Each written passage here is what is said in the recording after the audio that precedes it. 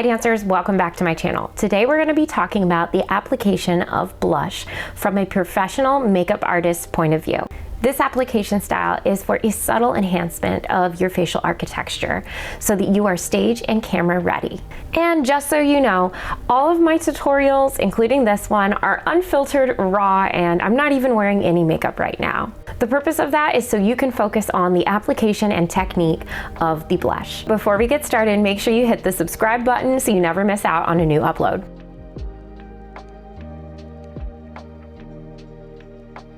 We want to place the blush at the top of the zygomatic arch, working back towards the top of the ear. The orbital bone circles the eye socket, and it's easy to mistake for this because it's so close. So what I want you to do is slide your fingers down and slightly back towards the top of the ear, and you'll feel a ridge of the bone underneath your skin. This is your zygomatic arch, the bony structure that forms the high part of your cheekbone. If you smile gently, this will help raise the soft tissue over the cheek so you can better feel the underlying bone. Your temples, the actual orbital bone, unless you want to look like you have puffy eyes, the bridge of your nose, your chin, or the apples of your cheek.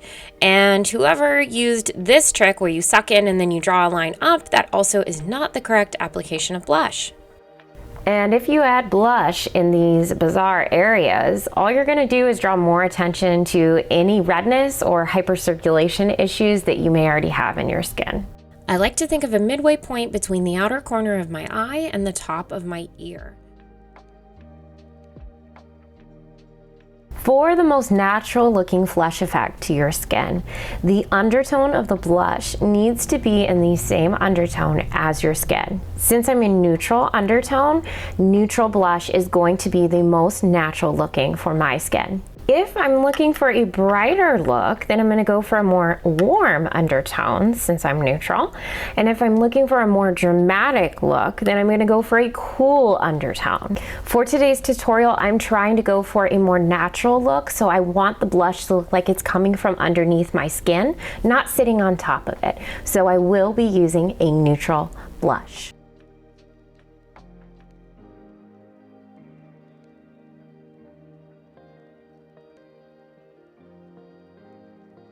Before I actually put my blush on, I have to apply foundation because of my hypercirculation issues. I have eczema, and when I'm performing, I naturally flush red even through my makeup, and so often I don't apply blush when I'm on stage. Anybody with rosacea could also have these same redness triggers.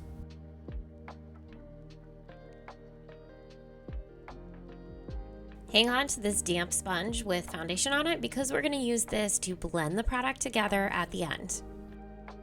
For this first application, we are going to use Natural Born Cosmetics Oil-Free Hydrating Fluid as a thinner.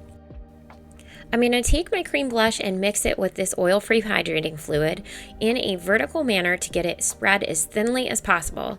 This is so that I can have control and then build if I need more color. We're going to tap only the middle finger into the product, and then we're going to start by doing small circular motions on those landmarks that we determined earlier in this video to apply your blush.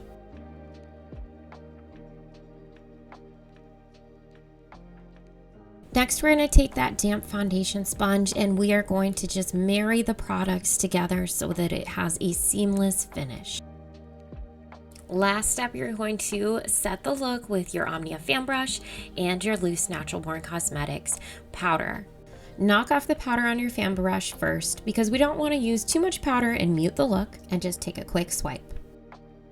This second application style on the other side of my cheek will be mixed with Graftobian's foundation.